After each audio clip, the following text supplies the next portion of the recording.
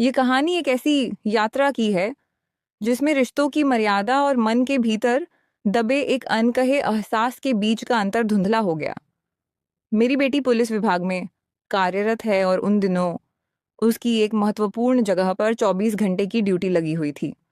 उसी दौरान मेरे दामाद, जो दिखने में बेहद हट्टे-कट्टे, लंबे चौड़े और बेहद आकर्षक व्यक्तित्व के धनी थे, हमारे घर रहने के लिए आए हुए थे। मेरा हमेशा से ही मुंबई जाने का और वहाँ की प्रसिद्ध जगहों को अपनी आंखों से देखने का बहुत मन था, और जब मैंने एक शाम चाय पीते हुए उनसे अपनी यह दबी हुई इच्छा जाहिर की, तो वे बिना किसी हिचकिचाहट के तुरंत मान गए। मेरी उम्र भले ही कागजों पर 40 वर्ष की हो चुकी थी, लेकिन अपनी सेहत और रूप रंग के रखरखाव के कारण देखने में मैं अभी भी महज 30 से 32 साल की ही लगती थी।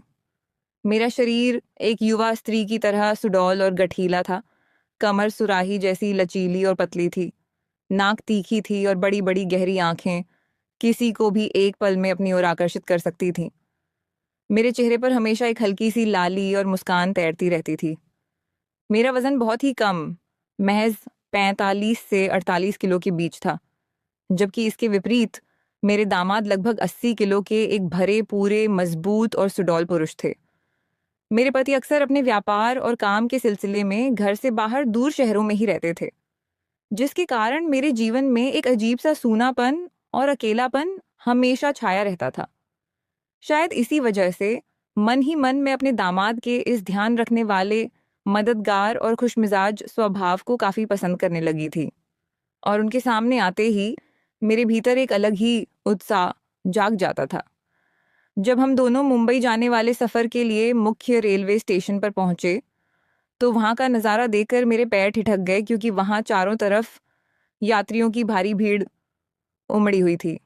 दामाद जी ने पहले से रिजर्वेशन टिकट लेने की बहुत कोशिश की थी, लेकिन ऐन वक्त पर सीट न मिल पाने के कारण हमें मजबूरी में चालू यानी जनरल टिकट लेकर ही इस लंबे सफर पर निकलने का फैसला करना पड़ा था। जैसे ही ट्रेन प्लेटफॉर्म पर आकर रुकी, यात्रियों के बीच डिब्बे में घुसने की होड़ मच गई और चारों तरफ से धक्का मुक्की होने लगी।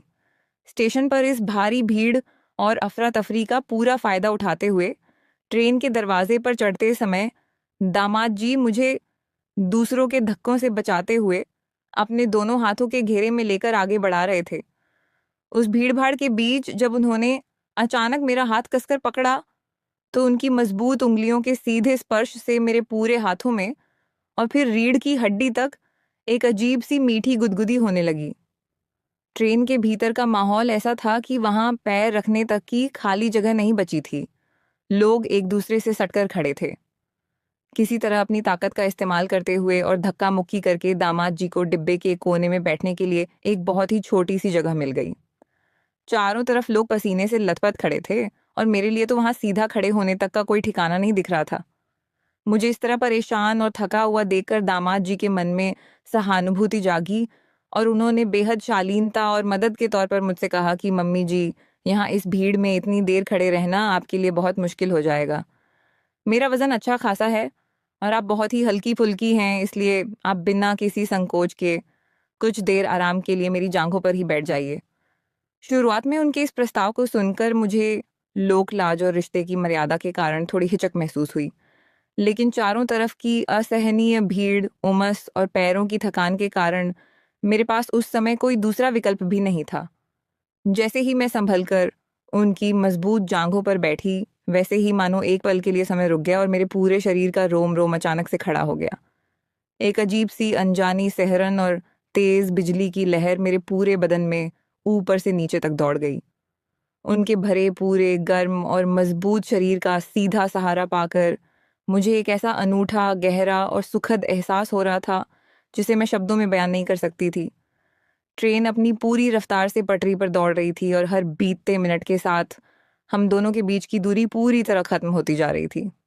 अभी हम इस स्थिति के आदी हो ही रहे थे कि अचानक रास्ते में ड्राइवर ने किसी कारणवश ट्रेन में एक जोरदार और हल्की सी इमरजेंसी ब्रेक लगा दी।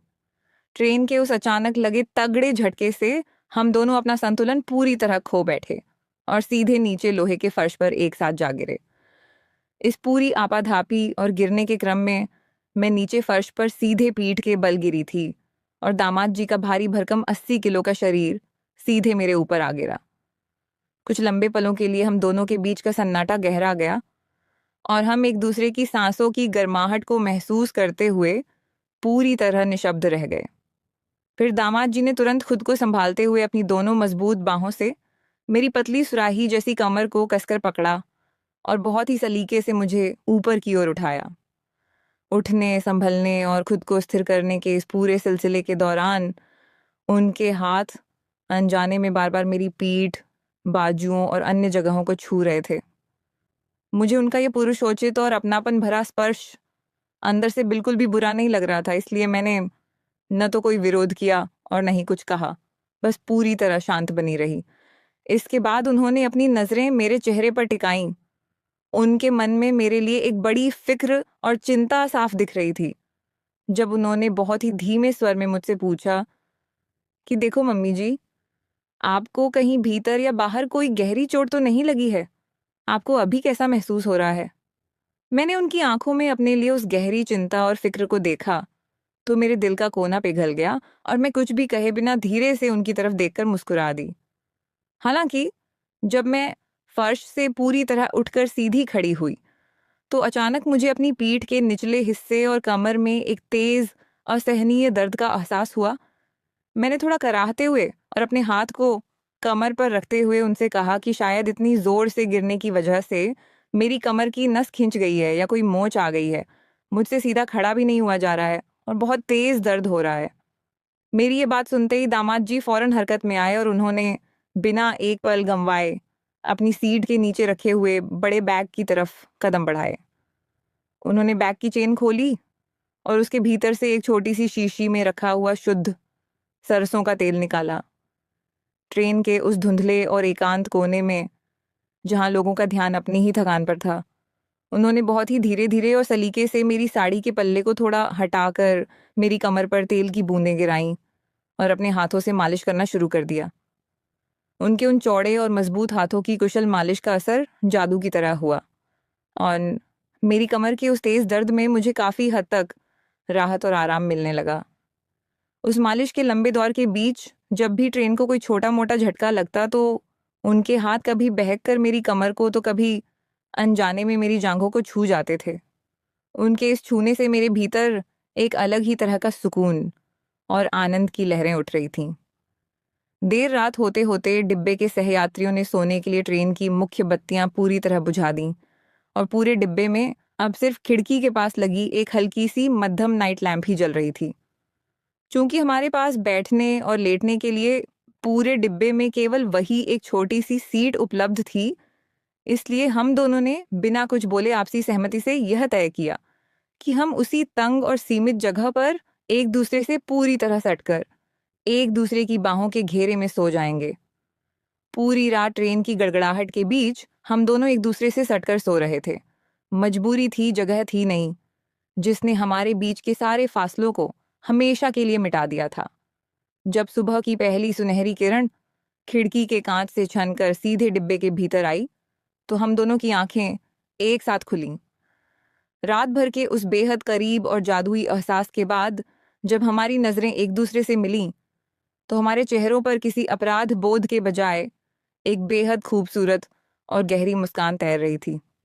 हम दोनों अपनी जगह से उठे, अपने कपड़े ठीक किए और विदाई तथा एक गहरे अपनेपन के अटूट भाव से सराबोर होकर हम दोनों ने एक दूसरे को कसकर गले लगा लिया। तभी दामाद जी ने मुस्कुराते हुए खिड़की के बाहर देखा, जहां प्लेटफॉर्म की बत्तियां और बोर्ड दिखने लगे थे, और बड़े प्यार से बोले कि चलो मम्मी जी, अब हमारा स्टेशन आ गया है। मुंबई की यह खूबसूरत और नई सुबह अपनी बाहें फैलाकर हमारा स्वागत कर रही है। इस तरह भावनाओं, स्पर्श और रोमांच के एक अनोखे और